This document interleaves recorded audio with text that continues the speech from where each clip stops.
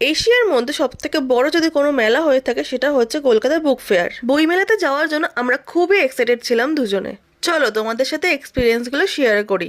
শিয়ালদা থেকে মেট্রো ধরে পৌঁছে গেলাম বই মেলায়। এই যে এদের দুজনকে দেখছো, এরা হচ্ছে বই পোকা, আর আমি গল্প পড়ার থেকে শোনাটা বেশি প্রেফার করি। তাও কিছু কিছু রাইটারের বই আমার খুব পছন্দের, তাই সেগুলো একটু ঘেটে দেখছিলাম। আমাদের পৌঁছতে যত না টাইম লেগেছে, এদের বই কিনতে অতটা টাইম লাগেনি। তোমরা গেস করো কতগুলো বই কিনেছে এরা। বই কেনা শেষ হলে আমরা চলে গেলাম ফটো তোলার জন্য। আর এই সুন্দর জায়গাটায় আমরা অনেক ফটো তুলেছি সবাই। আর দেখো এখানে কত সুন্দর ফুল গাছ ছিল সব। আর সব কমপ্লিট হলে এবার তো খেতে হবে, তাই চলে গেলাম আমরা সবাই খেতে। আমাদের সবার ভীষণ পরিমাণে খিদে পেয়ে গেছিল। খাওয়া দাওয়া কমপ্লিট করে আমরা চলে গেলাম দীপ্ত স্যারের কাছ থেকে অটোগ্রাফ নিতে। দেখো কি সুন্দর একটা আর্ট করে অটোগ্রাফ দিল। দেন আমরা চলে গেলাম আমাদের সবার প্রিয় শায়েখ আমানের কাছ থেকে অটোগ্রাফ নিতে। তারপরে আমরা এই জায়গাটা সবাই অনেক ফটো তুলেছি। এবার তোমরা বলো কোন কোন রাইটারের বই কিনলে, কমেন্ট করে জানিও।